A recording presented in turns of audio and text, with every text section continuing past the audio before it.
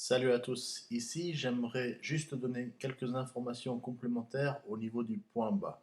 Donc le point bas, c'est le moment où le club se situe le plus proche du sol, au point le plus profond du niveau, disons. Donc techniquement, on dirait que le point bas se situe en dessous de l'épaule avant. Donc je vais faire une ligne ici directement en dessous de l'épaule avant. Donc le point bas, techniquement, va être quelque part dans ces environs-là. Donc disons 10-15 cm avant la balle avec un fer 7. Et ce qui est important à comprendre ici, c'est que même avec le poids vers l'avant, même avec le manche vers l'avant, même avec un point bas situé sur le côté de la cible de la balle, on peut très bien avoir un contact pas bon du tout. Donc si je représente la trajectoire de la tête du club, donc idéalement ça passerait ici par la balle, c'est le bas du niveau et ça remonte. Mais on pourrait avoir exactement le même point bas et cette fois-ci avoir loupé la balle complètement parce qu'on serait arrivé au-dessus de la balle.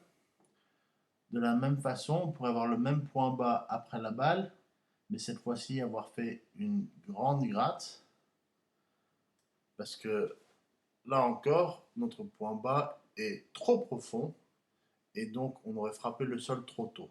Donc si je fais maintenant un zoom sur ce que je viens d'illustrer, on voit bien la ligne du milieu, ça aurait été celle où il y aura un bon contact de balle. On voit celle du haut où on aurait loupé la balle complètement. On voit celle du bas où le club serait venu frapper le sol, franchement 10 cm avant la balle, et donc on n'aurait pas eu un bon coup non plus. Et pourtant, ces trois coups ont tous exactement le même point bas. Donc il faut vraiment pouvoir savoir contrôler non seulement le point bas par rapport euh, à son orientation, est-il devant la balle, est-il après la balle, mais il faut également savoir le contrôler dans le sens qu'on veut que la distance entre l'épaule avant et la tête du club soit la même lors de l'impact que la distance entre l'épaule avant et la balle. Et ça, c'est pas toujours facile. Mais c'est pas simplement une situation où il suffit d'avoir le point bas vers l'avant et on va faire un bon contact. Il faut également que l'arc de swing vienne passer au bon endroit. Donc maintenant, juste pour illustrer cela et se donner une bonne idée de ce que l'on veut faire à la descente, donc si je sors du zoom un tout petit peu là, donc si je fais le backswing, maintenant je commence à descendre. Donc ici, je vais l'arrêter à P6, clap parallèle au sol. Donc on voit ici que le manche du club se situe à l'intérieur du pantalon. Le bras gauche intersecte le pantalon presque au niveau de la ceinture. Ceci est une position relativement standard et ça veut dire que la tête de club va venir dans la balle de façon plus ou moins normale. Donc c'est un angle d'attaque descendant, mais pas excessivement descendant, ce qui fait que le golfeur ici a une bonne chance de faire un bon contact de balle.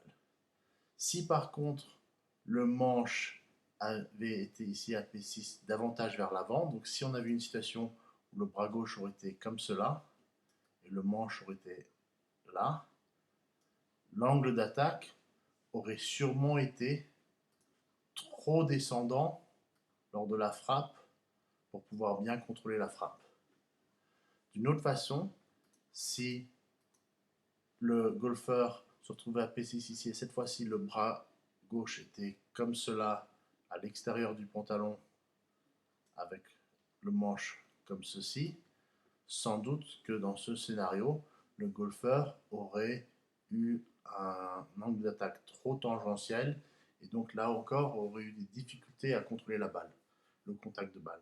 Donc si vous avez l'opportunité de vous filmer de face pour essayer de voir euh, l'angle d'attaque, euh, l'angle d'approche de la tête du club vers la balle, un bon repère c'est ici, P6, le manche sera à l'intérieur du pantalon. Il ne sera pas derrière le pantalon. Ce qui est l'erreur qu'on voit le plus souvent chez les amateurs.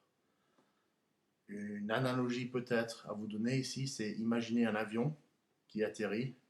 On ne veut pas que l'avion atterrisse franchement comme ceci. On ne veut pas qu'il s'écrase. On ne veut pas qu'il plane trop non plus. On veut juste une approche quelque part entre les deux, tranquille, et un bon contact balle-terre avec le point bas après la balle et la distance entre l'épaule gauche et la balle qui est pareil que la distance entre l'épaule gauche et la tête de club lors de l'impact. J'espère que ceci vous aide un peu, au moins au niveau de la compréhension. Jouez bien, jouez mieux, merci.